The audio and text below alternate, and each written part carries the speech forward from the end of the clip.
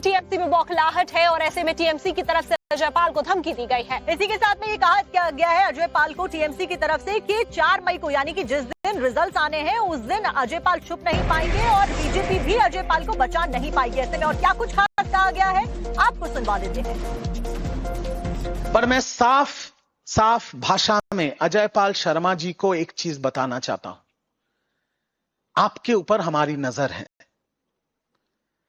आप जो ये गैर कानूनी काम कर रहे हैं, ये जो रात के अंधेरे में रेड्स कर रहे हैं, ये जो महिलाओं के साथ अश्लील व्यवहार कर रहे हैं, ये जो डायमंड हार्बर के लोगों को धमका रहे हैं, चमका रहे हैं, ये जो असंवैधानिक काम आप कर रहे हैं अपने बीजेपी के मालिकों के निर्देश पे, मैं आपको इतना बता देना चाहता हूं, 4 तारीख रिजल्ट निकलने के बाद आप जहां भी भाग जाएं आप छुप नहीं पाएंगे।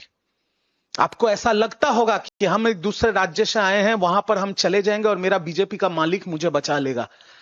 मैं आपको सीधी तौर पे यह कहना चाहता हूं कि आपके खिलाफ एफआईआर होगा, आपके खिलाफ चार्जशीट होगा और आपको घसीट के कोर्ट में लाया जाएगा।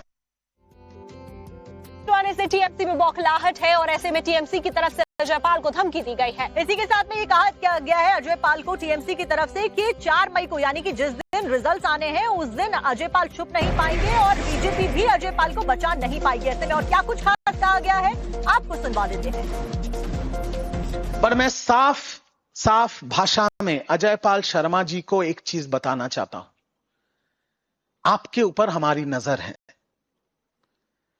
आप जो ये गैर कानूनी काम कर रहे हैं, ये जो रात के अंधेरे में रेड्स कर रहे हैं, ये जो महिलाओं के साथ अश्लील व्यवहार कर रहे हैं, ये जो डायमंड हार्बर के लोगों को धमका रहे हैं, चमका रहे हैं, ये जो असंवैधानिक काम आप कर रहे हैं अपने बीजेपी के मालिकों के निर्देश पे, मैं आपको इतना बता देना चाहता हूं, 4 तारीख रिजल्ट निकलने के बाद आप जहां भी भाग जाएं आप छुप नहीं पाएंगे।